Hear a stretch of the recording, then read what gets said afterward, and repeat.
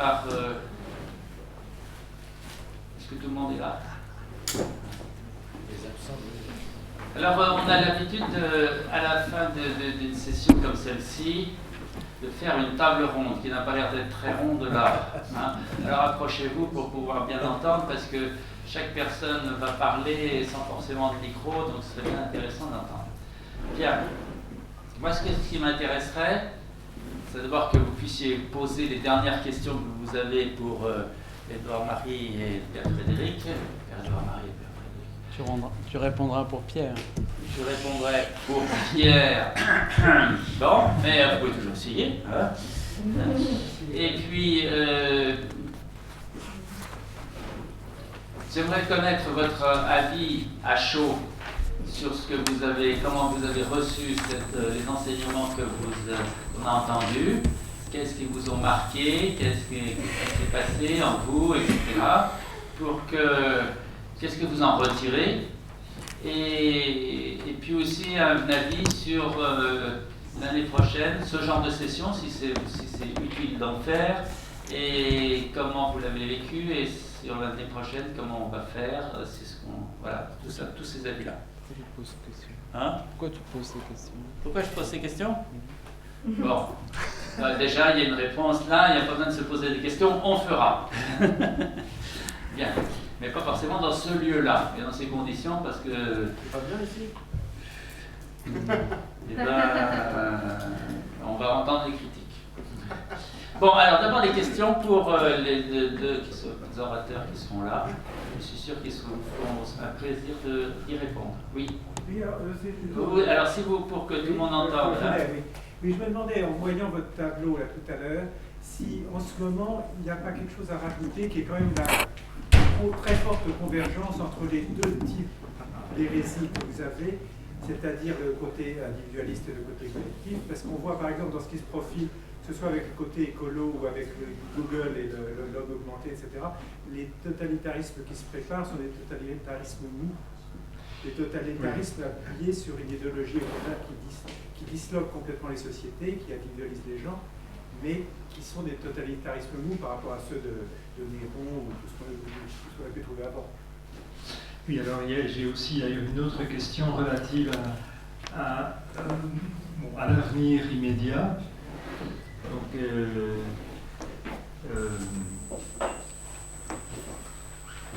Donc la question, si tout le monde a entendu, c'est est-ce qu'on ne voit pas déjà à l'œuvre une convergence des différentes formes de post-christianisme?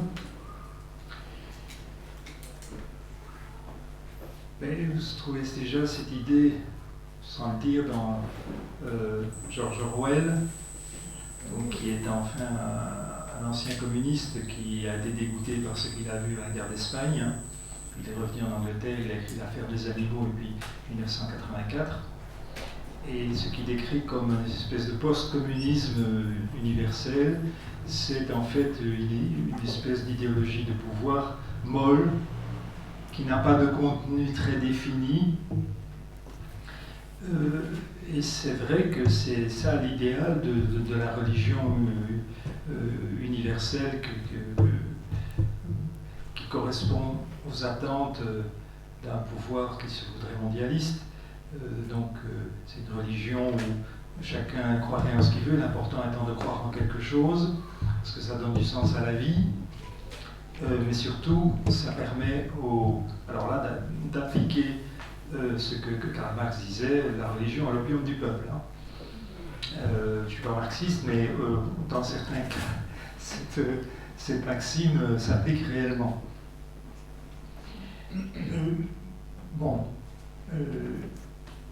De toute façon, dans la logique de la révélation, puisque j'ai parlé un petit peu ce matin qu'il y a une logique dans la révélation, ou si vous voulez, dans les actes de Dieu, plus largement que la révélation, si on parle de la création et puis de l'entrée en mort de la création, on peut dire que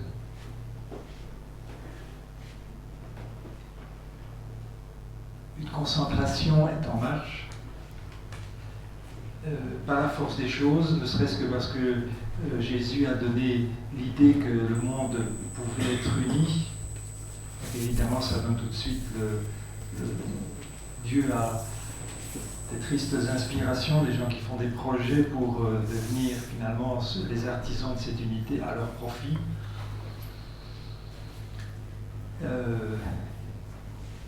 Et c'est dans la logique des choses qu'il y ait une espèce de convergence ultime. C'est ce qui est annoncé sous la figure de l'Antichrist. Ce qui dépend de nous, en revanche, c'est que les choses se passent de manière dramatique ou moins dramatique, avec des conséquences monstrueuses pour l'humanité ou moins monstrueuses. Parce que la condition de la venue glorieuse de Jésus, c'est pas qu'il y ait des destructions sur terre, même si Jésus en a parlé. C'est pas ça la condition. La condition, c'est que les gens prennent position par rapport à lui ou contre l'Antichrist, pour ou contre l'Antichrist, donc a fortiori pour ou contre Jésus par contre-coup. Hein, puisque je suppose que ça tout le monde avait compris, s'il n'y a plus qu'un seul post-christianisme, ceux qui sont contre ou qui n'acceptent pas ce post-christianisme, qui ont des objections contre l'Antichrist, automatiquement ils sont pour Jésus, même s'ils ne connaissent pas Jésus. C'est inévitable. Ce sont des choses qu'on perçoit déjà aujourd'hui. Des gens qui viennent à la foi, parfois du monde de l'islam, en se disant bon, c'est pas possible que l'islam soit juste, donc le christianisme est juste, puisque l'islam dit que le christianisme est faux. Et certains vont jusqu'à trouver des prêtres en leur demandant le baptême. Bon, je caricature un petit peu, mais c'est presque ça des fois. Alors évidemment, un prêtre occidental est un petit peu surpris. Il dit mais il ne connaît rien à christianisme et il veut devenir chrétien. C'est pas si simple. On ne peut pas dire qu'il ne connaît pas le christianisme. Il connaît en fait ce que le christianisme n'est pas. Et donc il a envie de devenir chrétien. Donc il connaît en fait quelque chose du christianisme, mais il y a tout un cheminement à faire ensuite. Vous voyez, donc ça préfigure quelque chose. Alors l'autre question qui m'a été posée par écrit, qui demanderait aussi beaucoup de développement, mais je demanderai après au Père Frédéric de compléter. Je lis. Comment intégrer dans votre schéma l'hypothèse d'une disparition de la vie sur Terre à la suite, par exemple, de guerres nucléaires? Bon, c'est vrai qu'il y a une prolifération nucléaire aujourd'hui, encore pire que dans les années de la guerre froide. Bon, évidemment, par définition, je ne vais pas intégrer une hypothèse dans un schéma qui est un schéma théologique et qui n'est pas fait d'hypothèse, mais de réalité historico-théologique du présent ou de l'avenir. Ce que le schéma ne dit pas, c'est comment les choses se passeront dans le détail. Ça, c'est autre chose. Les schémas ne sont que des schémas. Ta question, donc, est plutôt celle-ci.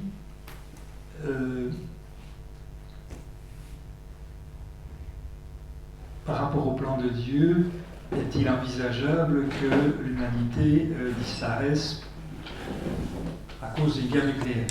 C'est plutôt ça la question. Hein. Et bon, personnellement, et je dois l'avouer un peu pour des raisons de foi, je pense que non. Ceci étant, j'ai eu l'occasion de rencontrer Pierre Barnérias, qui est le cinéaste qui a sorti le film M et le troisième secret, qui va d'ailleurs être adapté en néerlandais et puis en portugais et dans d'autres langues. Pour ce qui est du néerlandais, il sort la semaine prochaine. En Belgique, bien sûr.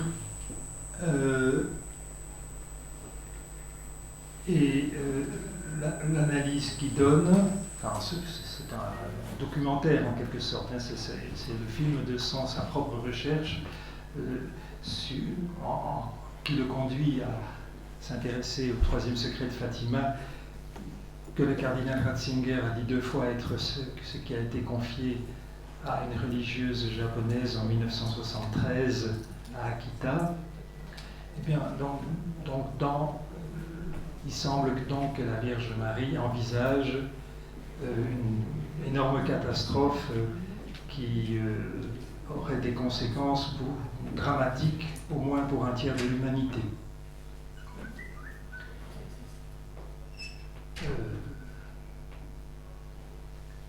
Bon.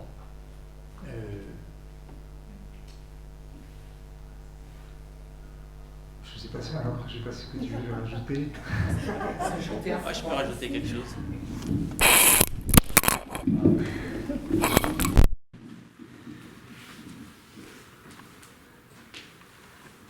Sur la table.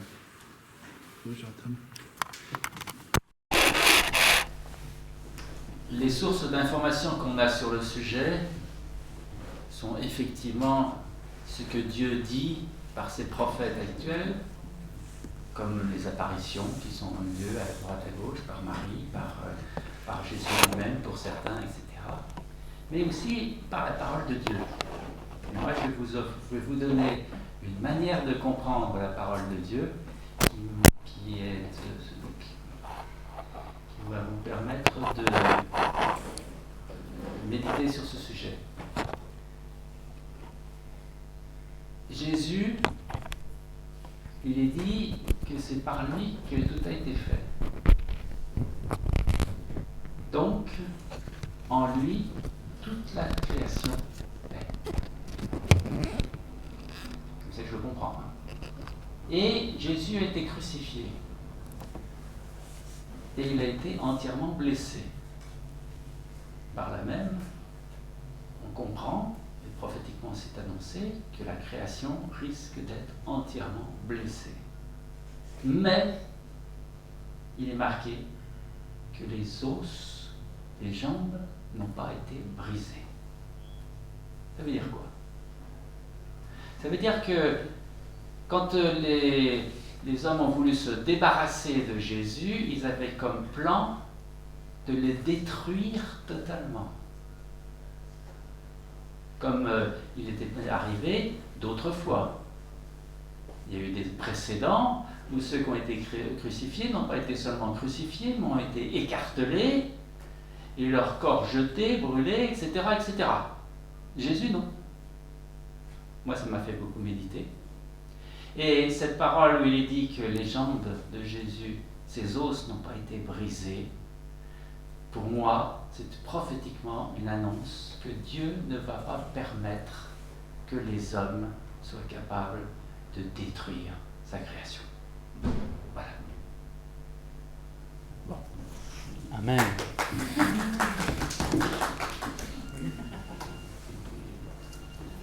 Et vous, Père Frédéric, qu'est-ce que vous pensez du film de ce qu'est dit du troisième secret de Fatima, de ce que vient de dire Antoine? J'ai pas vu le film, moi. Vous avez le micro en main, allez-y.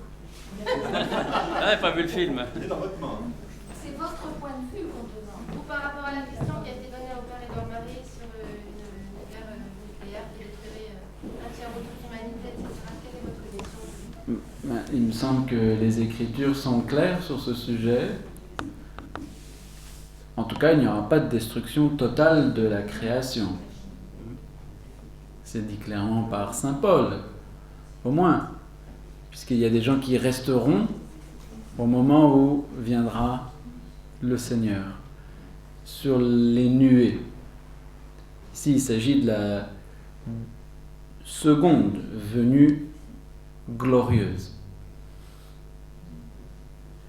Et donc la création elle-même, même dans l'Apocalypse, la Jérusalem céleste descend du ciel, mais pour rejoindre, semble-t-il, la terre, qui comme l'observe, descendant des cieux. De sorte que la fin du monde advient comme une transfiguration du monde. Alors une transfiguration qui peut-être doit passer par une sorte d'explosion du monde. Puisque Saint Pierre, en revanche, lui, insiste sur le fait que les éléments du monde vont voler en éclats. Mais il ne parle pas de destruction du monde. Alors c'est important de concevoir ce point-là, parce que j'ai souvent entendu des idées que je ne crois pas être orthodoxes, que la transfiguration du monde ne passerait pas par une destruction du monde.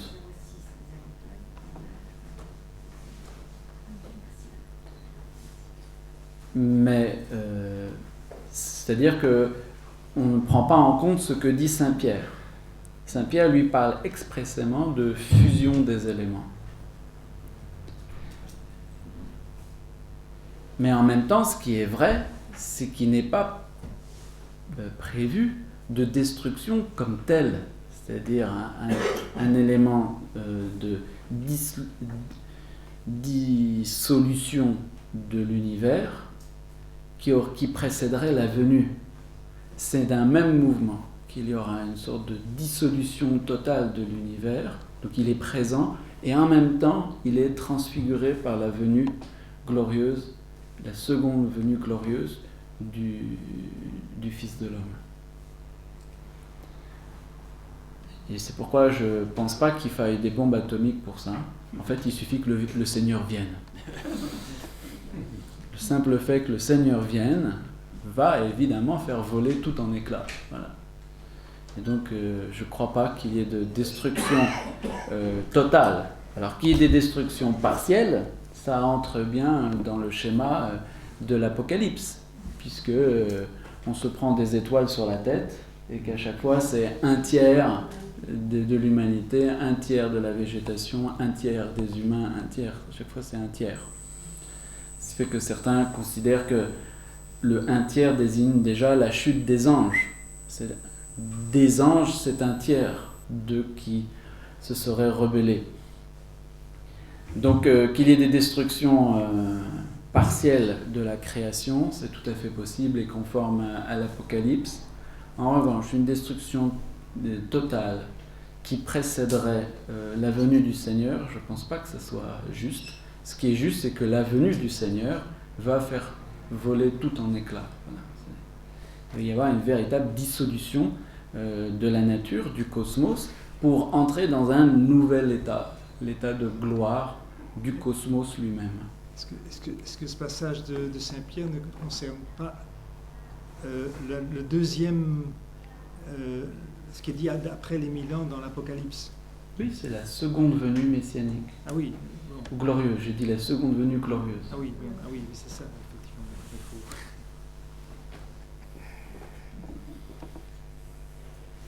Il y a à mettre tout au point tout un...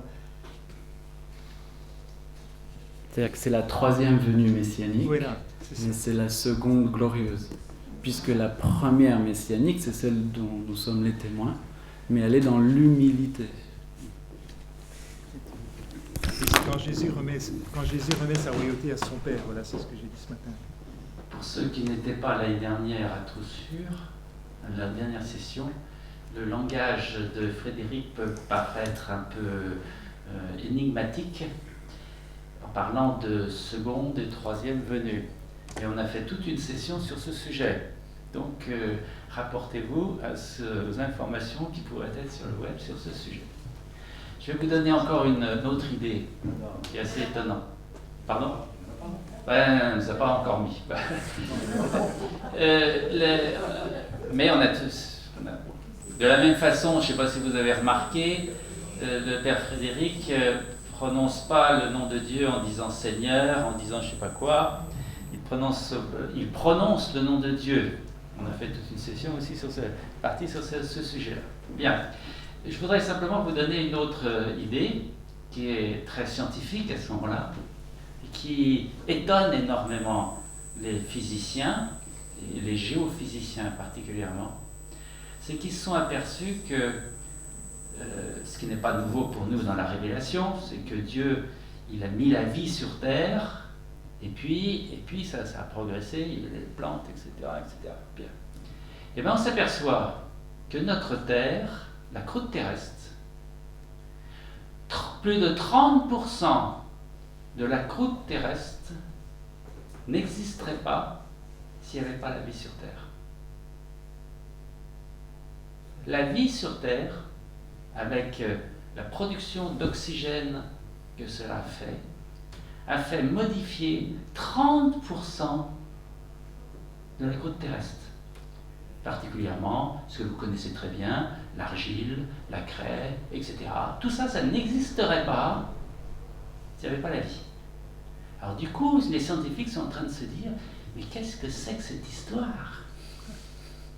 Mais qu'est-ce que c'est que cette histoire ? C'est-à-dire que notre Terre en elle-même est entièrement marquée, au moins 30% de sa croûte.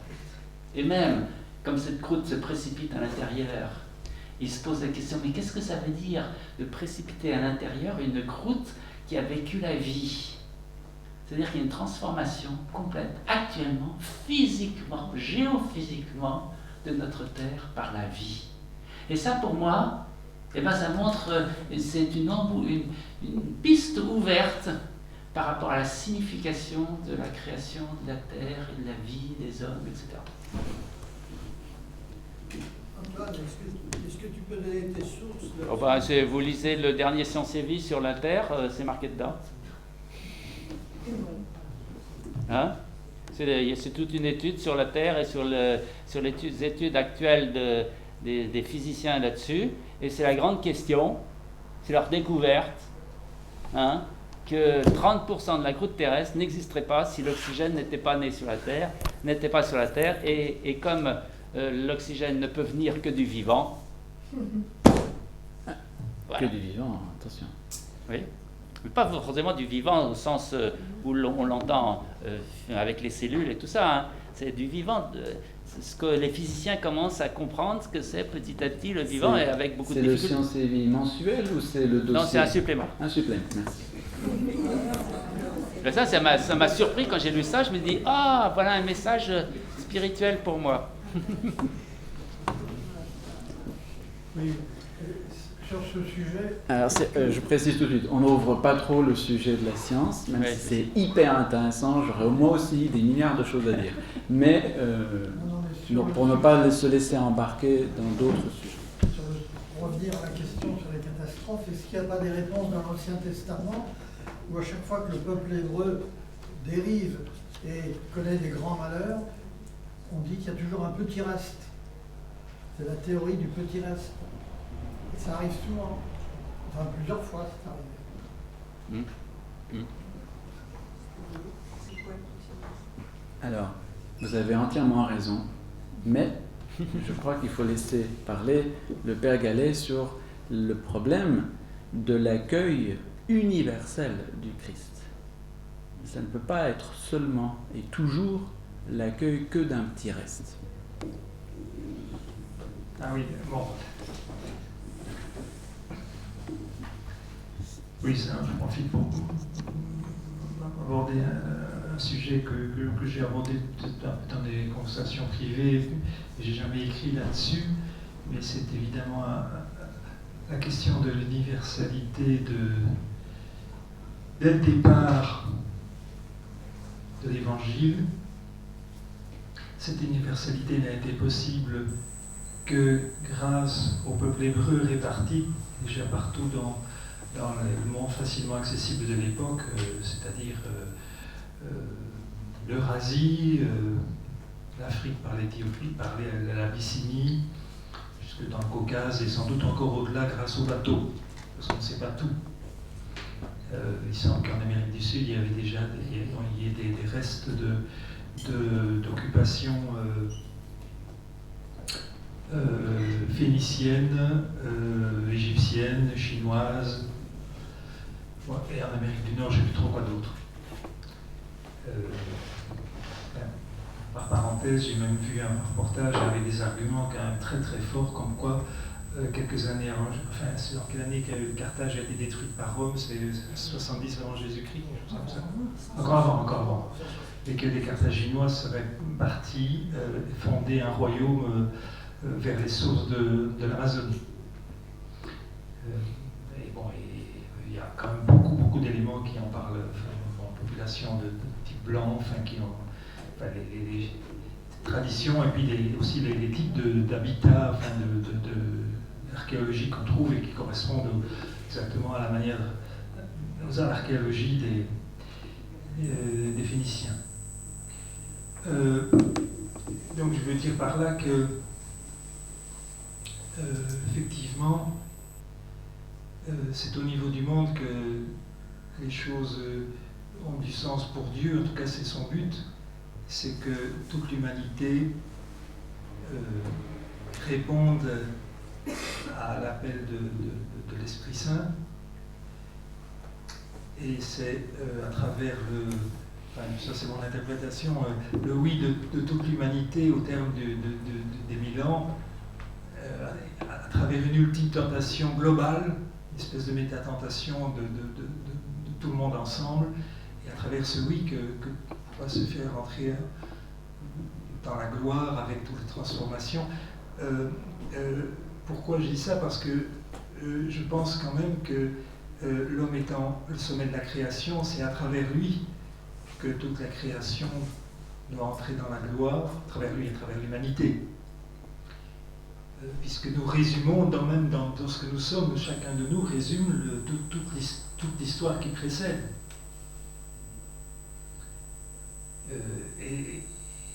Et en cela, nous ne faisons d'ailleurs que suivre le mystère de la résurrection avec cet événement tout à fait inouï du corps de Jésus qui est glorifié d'une vie glorieuse jusque dans sa matérialité. Donc, le corps de Jésus entre dans la gloire. Donc à travers le corps de Jésus, c'est potentiellement toute la création qui y entre déjà. Alors, cela évidemment conduit à parler du rôle du peuple hébreu aujourd'hui encore. Bon, je vous livre ma pensée, après on peut un peu critiquer, parce que là, je suis dans les hypothèses théologiques, mais ce qui me semble vraisemblable, c'est que la parole de Jésus, le salut vient des Juifs, a tout un sens, aujourd'hui encore, parce que l'universalité de l'Église des peuples, et la communion des peuples du monde, qui sont quand même extrêmement divers, n'a été possible dans le temps des apôtres comme aujourd'hui d'ailleurs que s'il y a humainement des troncs communs, enfin des choses autour desquelles on peut se rassembler, au moins liturgiquement, parce que l'unité de l'Église, c'est pas simplement l'Esprit Saint. Bon, c'est fondamental l'Esprit Saint, mais il faut que ça se concrétise. D'où l'importance de la liturgie qui nous vient des Juifs et l'importance de ne pas faire n'importe quoi. Sans parler des autres traditions autour desquelles peuvent se concrétiser l'unité de l'humanité. Et je crois qu'à chaque génération, quand il y a des Juifs qui se convertissent, ils ont comme par hasard un certain rôle important à jouer dans l'Église, parce que justement, ils témoignent de quelque chose qui est basique et autour dont on a besoin pour se retrouver. C'était la vocation, je pense, de la communauté de Jérusalem, restée autour de Saint Jacques, cousin de Jésus, comme par hasard, cousin de Jésus, justement, par rapport à toutes les autres communautés que les apôtres ont fondées et qui, évidemment, ont pris déjà un petit peu, même s'il y a un enracinement araméen extrêmement fort, enfin, il y a des petits aménagements immédiatement. On est obligé de s'adapter. Et puis, dès que l'apôtre est parti, on s'adapte encore plus, puisqu'il faut tenir compte de ceux qui sont aux alentours, etc. Bon, on les fait rentrer dans le système bien rodé juif, mais bon, il y en a qui ne parlent pas bien araméen, donc il faut s'adapter. Enfin bon, il faut qu'il y ait à Jérusalem une communauté ecclésiale qui soit vraiment la plus fidèle possible aux traditions. Alors quand je dis ça, évidemment, on m'objecte tout de suite, oui, mais les juifs se convertissent, après ils se marient avec des non-juifs, et puis ça donne, bon, faux problème. On pourrait d'autant plus favoriser le mariage entre les juifs qui deviennent chrétiens que, en fait, en Israël, par le jeu de la diaspora, enfin des Russes qui sont venus en masse en Israël, la communauté hébraïque a pris une proportion absolument imprévue. Donc il y a quelque chose à découvrir dans ce domaine-là.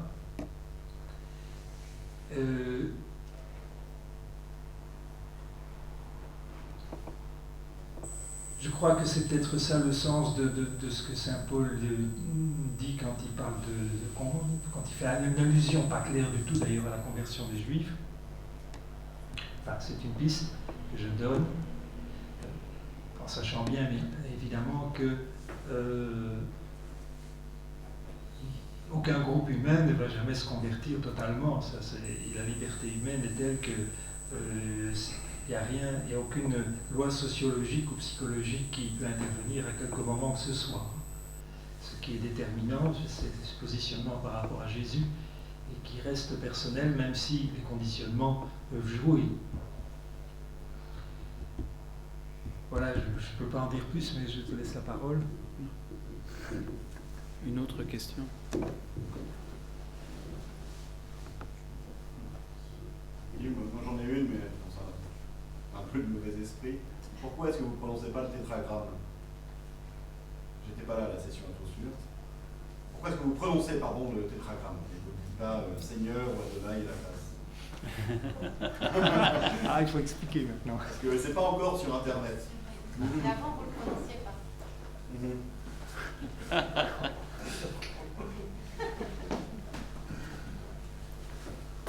C'est pas encore sur Internet? Non, Ah non. les absents sont punis. Eh bien, c'est parce que je me sens de moins en moins juif. Ou plutôt de moins en moins rabbinique. C'est qu'avant, j'avais un minimum de respect que je n'ai même plus. Et donc, je prononce le tétragramme. Ouvertement.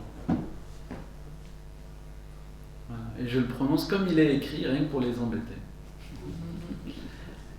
Écoutez, tous les noms composés et qui sont composés avec le tétragramme se prononcent Yahoo. Yahoo Yakim, Yahoo, je sais pas quoi, tous dans la Bible, Yahoo. Je vois pas pourquoi je ne prononcerais pas le nom de Dieu tel qu'il est écrit, Yahoo. C'est quoi le tétragramme? C'est le nom de Dieu qui est supposé, depuis pas mal de temps, être imprononçable, parce que l'on aurait, soi-disant, perdu la vocalisation des fameuses consonnes, les 3 lettres Y, H, W, H. Derrière tout ça, il y a quand même la mentalité juive qui dit, pas seulement les juifs d'ailleurs, que quand on nomme quelqu'un ou quelque chose, on le possède, on a la domination, la maîtrise sur lui. Alors, c'est bien pourquoi c'est bien pourquoi je le prononce. Ah bon? Exactement. C'est-à-dire que c'est bien pourquoi je suis de moins en moins rabbinique. C'est parce que ça n'a rien de propre au judaïsme. Il faut savoir qu'en Égypte, c'est pareil. On ne prononçait pas le nom de Dieu. On ne prononçait pas le nom de Pharaon. C'est d'ailleurs pourquoi il n'y a pas son nom dans la Bible. Que l'expression Pharaon, Paro, ça veut dire justement que littéralement, ça veut dire la grande maison. C'est-à-dire qu'on ne prononce pas le nom du Pharaon. Prononcer le nom du pharaon, c'était en effet le réduire à vous et moi. Le nom d'ailleurs de pharaon était multiple, en fonction de différentes significations religieuses. Si vous faites un peu d'égyptianisme, vous verrez que vous apprendrez au moins 10 noms de chaque pharaon. Celui que nous on appelle par tel nom, c'est parce que nous on est des occidentaux et voilà, il faut bien l'appeler par un nom. Mais c'est un des noms parmi les 10 noms par lesquels il était nommé. Et donc, mais c'est vrai aussi des autres peuples, on ne prononçait pas le nom du roi et on ne prononçait pas le nom de Dieu. On l'évitait. Et quand on le prononçait, évidemment, ça avait une implication énorme, qui n'était pas d'ailleurs seulement celle de l'inévitable abaissement du Dieu ou du roi à nous, ces sujets, mais en même temps, bien sûr, la mise en présence avec Dieu. Donc, comme précisément notre Dieu s'est fait homme, qu'il est devenu nous-mêmes et qu'il est même descendu plus loin que ce que nous-mêmes nous sommes capables de faire, eh bien je le prononce. Et je suis sûr de ne pas le posséder.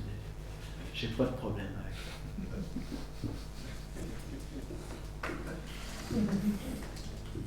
Et ensuite, parce que précisément, le tétragramme est un mystère trinitaire. Le Yod, c'est le Père, le He, c'est l'Esprit, le Vav, c'est le Fils. Et donc je suis très heureux de prononcer la très sainte Trinité.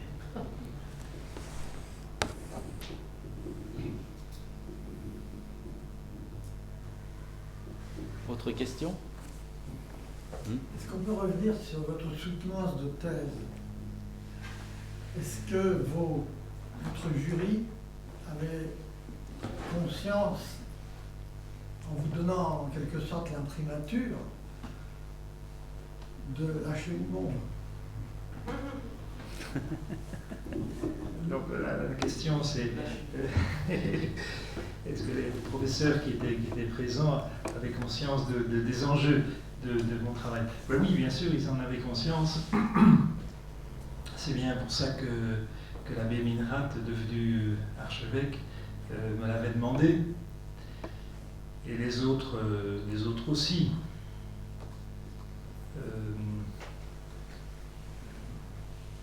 Maintenant,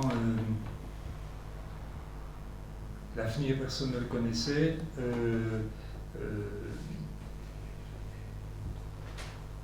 Il y en a qui m'ont prédit que je serais assassiné en 6 mois et puis j'ai jamais reçu de menace de mort. Moi, pour ma part, j'avais osé espérer que... Être martyr. Non, pas martyr. On pourrait l'espérer, oui. Bon, c'est vrai que c'est une belle fin. Mais donc, ce travail aurait moins d'obstacles qu'il n'en a eu. Bon, j'ai lancé le site internet tout de suite au moment de l'apparition du livre en lien avec l'éditeur. Parce que bon, on savait qu'il y aurait un blocus. On l'avait déjà vu avec... J'avais travaillé auparavant avec le père Antoine Moussali, qui avait publié La Croix et le Croissant, et puis 7, le chiffre 7, Nuit avec un ami musulman, donc des livres qui avaient été largement excellents. C'était les premiers qui parlaient un petit peu de la différence entre l'islam et le christianisme. Hein.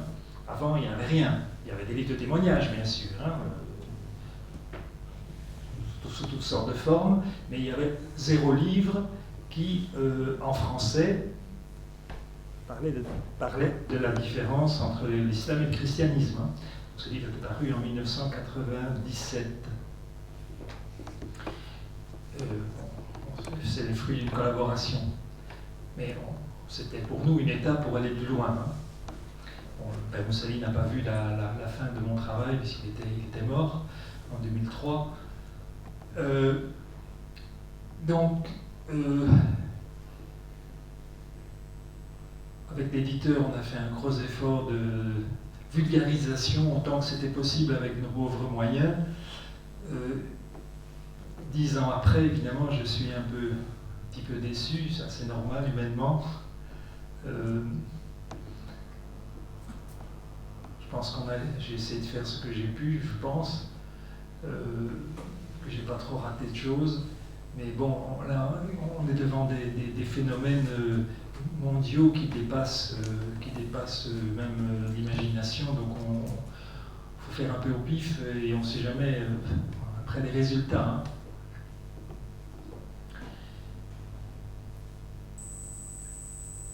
Le livre de 2012, donc Le malentendu islamo-chrétien, est un petit peu la suite. Et dans le dernier chapitre est abordé ce que devraient être les bases d'un véritable dialogue islamo-chrétien.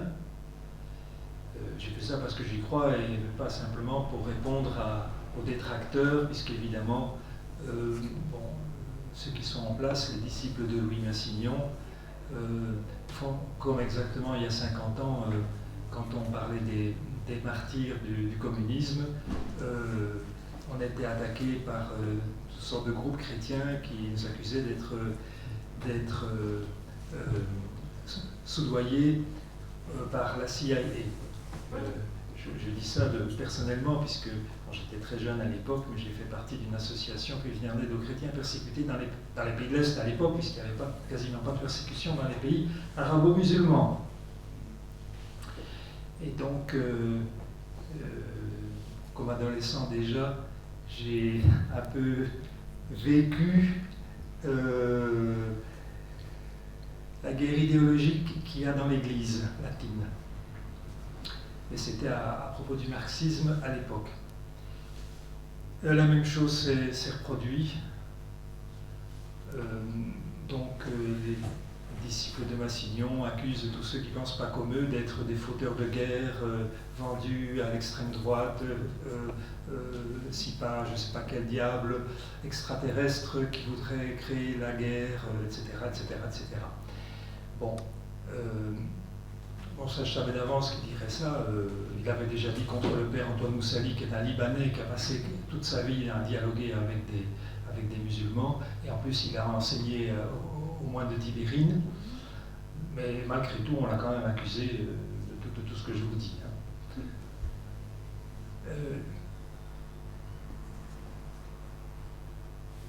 Mais bon, voilà.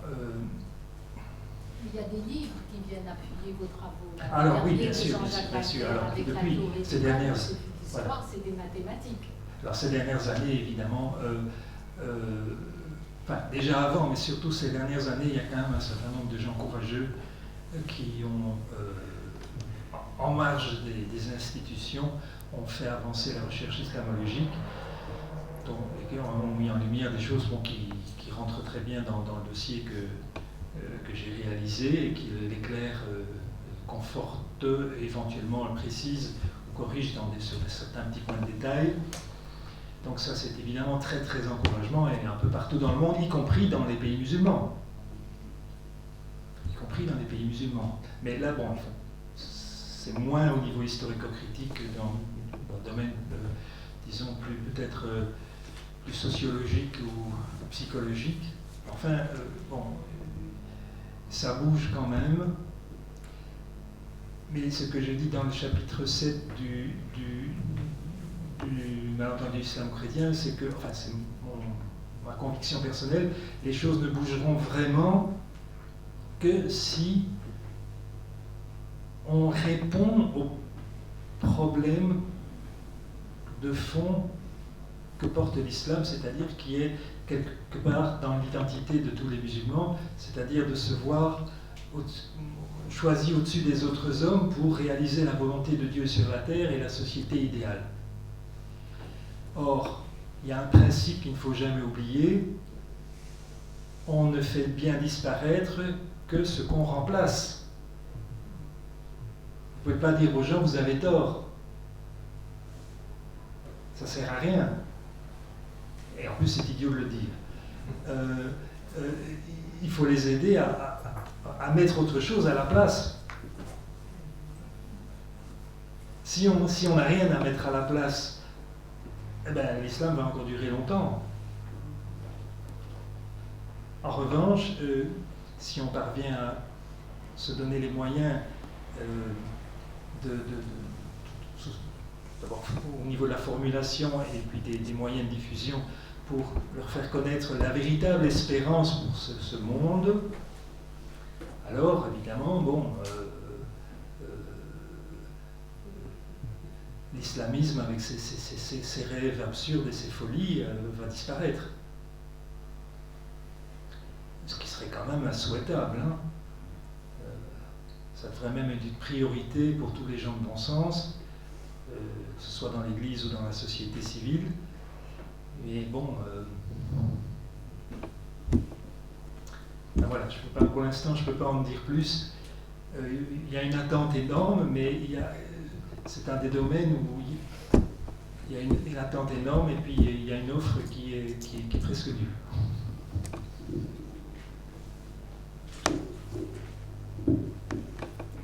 Simplement, je n'avais pas compris la question ce matin de la manière dont elle a été posée.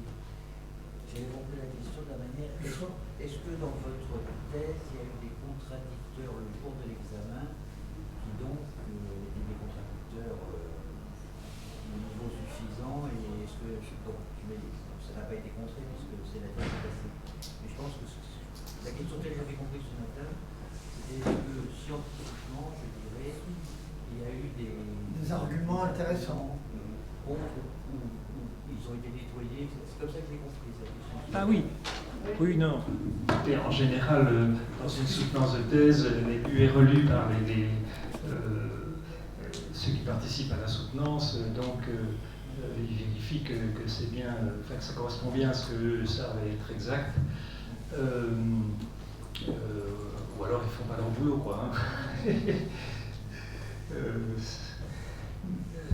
Donc, il y avait des spécialistes de Qumran. Pourquoi est-ce qu'ils étaient là? Parce qu'ils avaient, ils connaissaient évidemment très bien les textes de la mer morte aussi, mais surtout, ils avaient étudié ce qui traînait sur le sol. Enfin bon, ça a été ramassé. Donc, je parle de 1948 ou 1950, et mis dans des sacs. Et puis,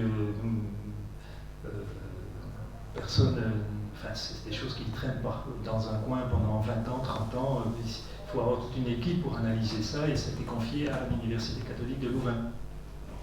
Alors, dans ces sacs, ils ont trouvé des morceaux de verre fondu. Alors, ça a une importance plus, enfin, peut-être à d'autres choses, mais qui vont dans le même sens, c'est-à-dire que le verre fondu, on faisait des fioles en verre. Bon, ça coûtait très cher, hein, c'est pas comme aujourd'hui. Les fioles en verre, c'est pour mettre un produit extrêmement cher. Par exemple, des parfums. Donc chaque année, il y a manifestement, venaient dans ce lieu de Qumran des fabricants de verre qui fabriquaient des fioles et se confortent alors de manière totale, ce que beaucoup avaient déjà dit depuis longtemps, qu'en fait il n'y a jamais eu de moine à cet endroit-là, mais qu'au contraire c'était une ferme extrêmement riche qui vivait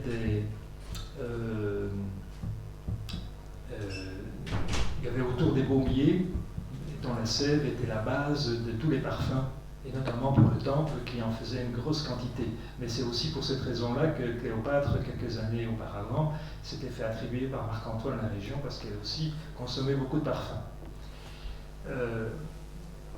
En fait, les lieux, c'est une espèce de lieu avec aussi des gardes, parce qu'évidemment, bon, ça vaut cher, donc il y a des gardes. En dessous du site de Qumran, la grotte servait à entreposer les fioles, c'est pour ça qu'il y avait des étagères. Après que ça a servi à autre chose, ça, c'est un autre problème, mais ça c'est la vérité, je veux dire, archéologique. Bon. Ça c'est pour dire un petit peu le contexte de la thèse. Il y avait des recherches. Bon, pourquoi est-ce que c'était important pour mon travail? C'est parce que ça débroussaillait cette espèce de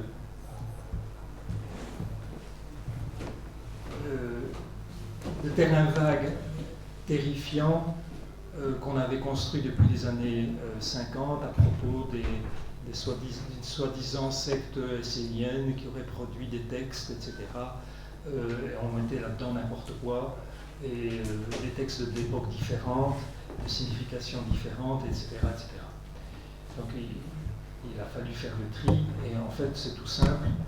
Il y a d'ailleurs un professeur de Strasbourg qui avait à peu près compris de la faculté de théologie protestante, M. Filonenko, parce qu'il avait étudié, lui, en particulier, un texte qui se trouve plusieurs fois dans les grottes, mais avec parfois des variantes. Et on voit que les variantes révèlent des époques différentes, parce que les variantes, ce sont des ajouts. Les ajouts, ils viennent après, ou un tout petit passage qui est développé alors qu'il est beaucoup plus court auparavant. Et les développements vont toujours dans un sens politico-religieux, extrémiste, messianiste, guerrier. Alors, il dit oui, mais ça, c'est, on n'est plus à la même époque. Là. Il y a des textes antérieurs et puis des textes postérieurs. Bon, il n'allait pas jusqu'à dire que c'est postérieur à Jésus-Christ, mais en fait, c'est évidemment ça. Donc, tout le dossier, si vous voulez, le problème qui se posait, c'était d'établir un dossier solide, relatif au messianisme au pluriel et surtout au messianisme en particulier, qui était antérieur à l'islam et qui donc s'est transmis à l'islam. Ça m'a pris des années de recherche, mais c'était clair qu'il fallait faire ce travail, sans quoi, parce que évidemment, je ne suis pas le premier à avoir dit, tiens, l'origine de l'islam, il y a les Nazaréens.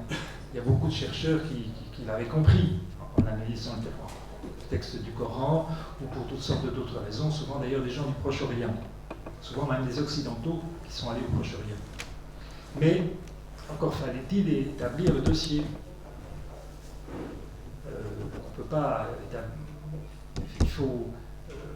fallait passer le dossier au peigne fin pour y mettre de l'ordre, sinon...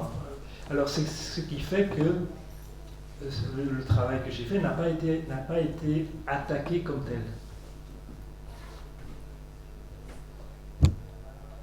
Mais il a été passé sous silence, mais il n'a pas été attaqué. D'une certaine manière, bon, on peut dire tant mieux, parce qu'il n'a pas été... On n'y a pas trouvé de quoi le mettre en question scientifiquement. Est-ce que, dès le début, votre thèse rendait évident que le Coran n'était pas tombé du ciel, mais était une création des califes au long des décades qui ont suivi? Est-ce que ça c'est la thèse, vous pouvez la lire. C'est le deuxième tome. Vous êtes déçu, vous êtes déçu de son manque de diffusion, c'est ça? Quand vous avez dit je suis déçu de son... Oui, évidemment. C'est normal. Comment ça s'explique? Je ne sais pas comment ça s'explique. Il y a une telle attente qu'on pourrait penser, tiens, on amène un produit correspondant, on amène un produit qui répond à une énorme attente, donc selon la loi de l'offre et de la demande, le produit devrait connaître un grand succès. Malheureusement, c'est pas si simple. Parce qu'il peut y avoir des tas d'obstacles. C'était le cas pour moi et j'en fais la publicité. Oui, mais je crois que c'est aussi le cas dans d'autres domaines. Même dans le domaine des sciences physiques, etc., il y a parfois des découvertes qui sont occultées pendant 50 ans et puis qui ressortent après 50 ans. Enfin, ici, on est quand même face à un problème urgent de société, et c'est un peu ça qui me désole. Mais enfin bon, voilà, c'est l'affaire du Seigneur. Après, c'est sûr que l'Église a un rôle à jouer, bien sûr.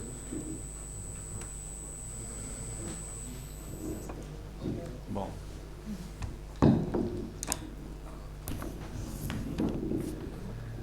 Encore une unique et dernière et ultime question. Non, c'est sur un point particulier, peut-être parce que c'est pas clair pour moi. Est-ce qu'il y a une différence entre ce que le Père Guiguin dit du transfert des mérites dessin. Et puis, ce que Massignon disait de la badalia. Massignon applique le transfert des mérites dans une logique du mal. Je fais le mal pour, soi-disant, payer, enfin, je sais pas, pour que Dieu ensuite, mais ça c'est la folie, ça. C'est pas dans le mal que ça doit se faire, c'est dans le bien.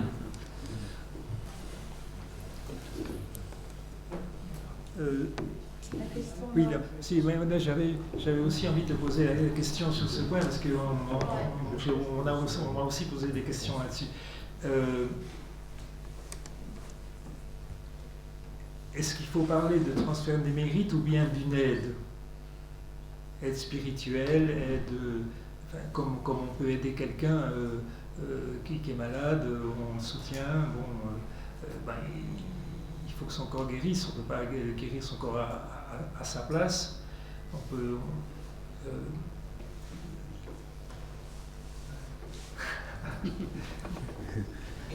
Là, on sort complètement du sujet, quoi. Je veux dire, si vous voulez un cours sur la rédemption, sur les aspects purificatoires, satisfactoires et expiatoires de la souffrance, je peux vous faire une session, hein, si vous voulez. Ah oui. La souffrance est à la fois satisfaction, elle est à la fois purification, elle est à la fois expiation. Donc évidemment, elle peut être considérée comme une aide positive aussi. Mais enfin, l'idée, c'est quand même ici la question du transfert, c'est-à-dire le partage du salut du monde. Moi, je ne veux pas aller au-delà de ça, sinon je fais un cours sur... Il faut le préparer le cours, attention. Non. Oui, une autre question? Oui? Une question. Père Calais, quelle est l'importance des travaux de Jean-Jacques Walter avec la théorie des corps? Quelle est votre opinion et quelle est l'importance de cette travaux? Il y a des années de cela, M. Manfred Kropp qui est un excellent islamologue allemand et qui parle extrêmement bien français, qui est à la retraite maintenant, m'avait dit qu'il faudrait un jour appliquer au texte coranique les méthodes des codes mathématiques, d'analyse par les codes, comme on a fait pour d'autres textes, enfin toutes sortes de textes généralement pas religieux. C'est grâce à ce genre d'analyse, qui est quand même assez complexe mathématiquement. Autant vous dire tout de suite, je ne comprends pas tout. C'est grâce quand même à ce genre d'analyse que on a définitivement attribué à Shakespeare une pièce qui était douteuse parce qu'elle avait un style différent, apparemment, mais quand on a appliqué donc la méthode des codes, il a été évident que à je ne sais pas combien de pourcents, parce que c'est toujours des pourcentages, que c'était bien de Shakespeare. Alors, la théorie des codes procède par donc des analyses statistiques de petites suites de consonnes. En partant du texte coranique tel qu'il se présente aujourd'hui, évidemment ça c'est une limite parce qu'il y a eu des modifications à différentes époques, donc il faut bien partir de quelque chose. Et le résultat, c'est que la probabilité maximale, c'est qu'il y ait plus de 30 auteurs. Bon. Alors, le livre écrit par Jean-Jacques Walter est extrêmement sophistiqué parce qu'il y a plein de formules mathématiques dedans. bon, il se heurte un peu au problème qui est un peu le nôtre aussi, c'est que une fois qu'on fait des découvertes, il faut avoir des vulgarisateurs qui mettent les conclusions à disposition des autres. Il n'indique pas de manière systématique que tiens, tel passage serait à tel pourcentage, tel auteur ou auteur A, enfin disons si on met 30 auteurs ou 50 auteurs, on peut donner des numéros ou des lettres. Alors il a peut-être fait pour lui, il ne nous met pas dans son livre. Mais bon, la conclusion générale, c'est qu'il y a plus de 30 mains, mais ça peut être parfois pour des passages très petits. Bon, ça ne m'étonne pas plus que ça. Enfin, c'est un peu plus que ce que j'aurais pensé, quand même. Donc la méthode elle-même est indubitable. Donc, je dis, le professeur Kropp, c'était déjà son souhait, il avait un peu commencé les travaux, mais il n'avait pas été bien loin. Bon, il faut dire que Jean-Jacques Walter est lui-même un mathématicien repère, et que pour arriver à fabriquer des formules à mettre dans l'ordinateur, il avait fait appel à un des plus grands mathématiciens français actuels. Parce que c'est quand même extrêmement complexe. Parce qu'en fait, on numérise, on mathématise un texte. Hein, c'est faire passer le texte par l'intermédiaire des mathématiques. Voilà, donc je ne peux pas vous en dire beaucoup plus. Ce livre est vraiment intéressant. Et évidemment, dans le monde des islamologues, personne ne l'ignore. Hein. Donc la messe. Maintenant, ouvertement, tout le monde n'en parle pas. Mais Edouard Marie veut le faire. Est-ce que vous pouvez l'écrire, s'il vous plaît, sur le tableau? Oui. La théorie des codes, hein, c'est ça. Hein. Le Coran par la théorie des codes. Le Coran révélé. Le Coran révélé par Walter. Les éditions de Paris.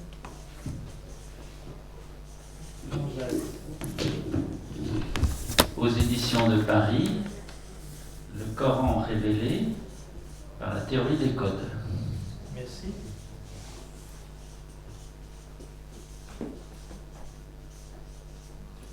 Jean-Jacques Walter, c'est-à-dire, ça s'écrit W-A-L-T-E-R. Sur le web, vous trouvez. Hein. Vous tapez Jean-Jacques Walter et puis vous avez tout ça. Bien. Il n'y a plus de questions? Non. Ah. Non. Moi, je m'en vais.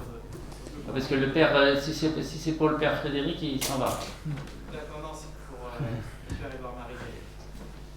Donc vous avez retrouvé le lien entre les premières communautés musulmanes et le groupe nazaréen du 1er siècle. Est-ce que vous avez tenté de refaire le lien entre les nazaréens et justement les Israélites entrés en Égypte, ce qui est une continuité bien sûr historique, et en fait ce lien se retrouve aussi dans les premières communautés musulmanes. C'est-à-dire qu'on retrouve des similitudes dans les premières communautés musulmanes avec, on va dire, les caractéristiques de l'identité du peuple d'Israël. Oui, il y a évidemment des similitudes de mentalité, de théologie, d'attitude qui tiennent au fait qu'on se situe dans une perspective de révélation. Rien que ça, c'est quelque chose qui fait qu'on est différent des autres peuples qui n'ont pas la révélation. Maintenant, la révélation, elle est quelque chose de tout à fait commun pour tout le monde. Hein. Non pas que le contenu soit connu, mais l'idée de révélation, donc que le monde est un sens, comme je viens d'y parler précédemment, et par exemple puisse être meilleur ou doit être parfait, c'est une idée qui est tout à fait commune. L'idée qu'il y a aussi un des groupes qui se considèrent comme choisis par Dieu pour arriver à rétablir de tels projets, c'est aussi des choses malheureusement tout à fait communes, mais ça vient bien sûr, ça s'enracine bien sûr dans l'histoire du peuple hébreu. Donc il y a des similitudes, c'est tout à fait normal. Ce qu'il faut voir en même temps que les similitudes, c'est les différences. C'est ce que je disais ce matin, vous n'étiez pas encore là. Le nationalisme, même fanatique, disons, le nationalisme le plus fanatique parmi les Juifs du temps de Jésus ou auparavant n'a jamais envisagé de régner sur le monde. Il s'agissait de rétablir la royauté d'Israël, quitte à l'agrandir un petit peu, mais pas de... Bon. Donc, à partir du moment où on pense à une domination du monde, on est dans un tout autre registre, même si ça s'embraye sur une histoire antérieure, bien sûr, hein, que d'autres peuvent avoir aussi. Voilà.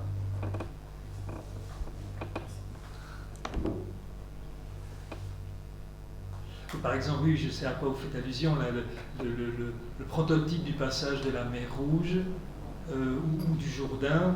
Bon, évidemment, ça trotte dans la tête de tous ceux qui ont la Bible en tête. Hein, les Juifs nazaréens, et puis après, les premiers Arabes qui les ont suivis. Bon, de toute façon, ils connaissaient déjà la Bible, puisque c'est en réalité des Arabes chrétiens. C'est la sourate 12 auquel le père Guillen faisait référence ce matin à propos de l'histoire de Joseph. Hein. Pourquoi est-ce que ça me revient en mémoire maintenant? Parce que cette sourate 12 qui est totalement un commentaire de l'histoire de Joseph, hein, de A à Z. Il n'y a rien d'autre dans cette sourate.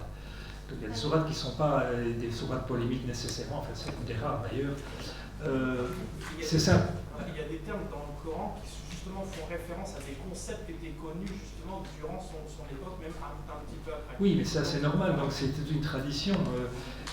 Mais ce qu'il faut souligner avec cette sourate 12, et qui est évident pour n'importe qui lit sérieusement le texte pour lui-même, c'est que ce texte est totalement incompréhensible, sauf si on connaît déjà l'histoire de Joseph et un certain nombre de commentaires juifs.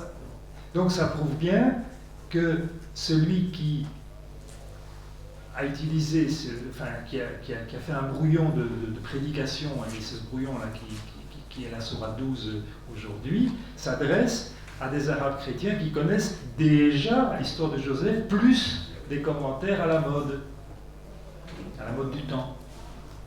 Donc c'est certainement pas des polythéistes. C'est impossible. Là on est face à aussi une impossibilité métaphysique, mais voilà, encore des choses qu'il ne faut pas souligner. Rien que ça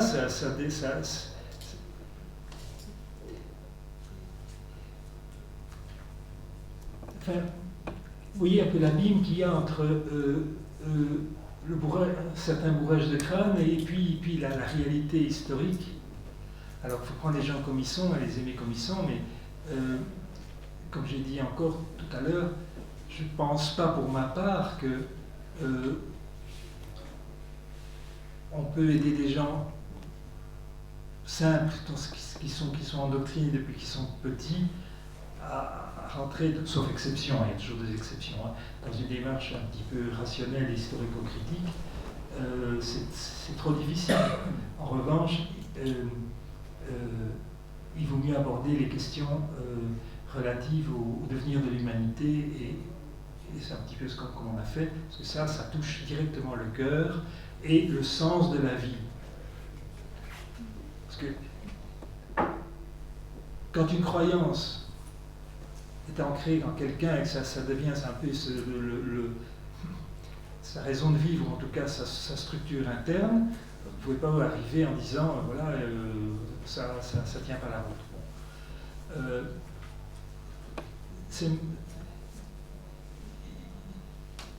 Il faut, j'allais dire, essayer de partir de là pour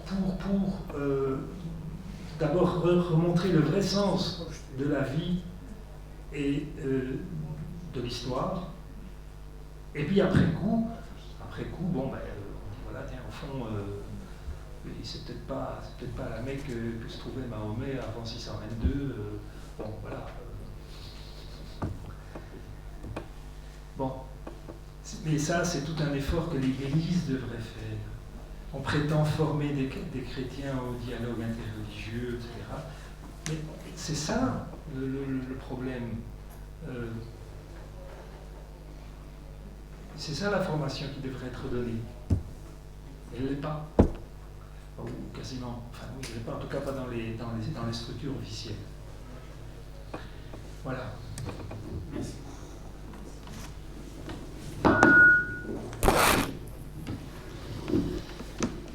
Bien. Donc, pardon, Antoine Azaf n'a pas répondu au téléphone, n'a pas indiqué qu'il avait pris le train, ni rien du tout, donc on considère qu'il ne sera pas là.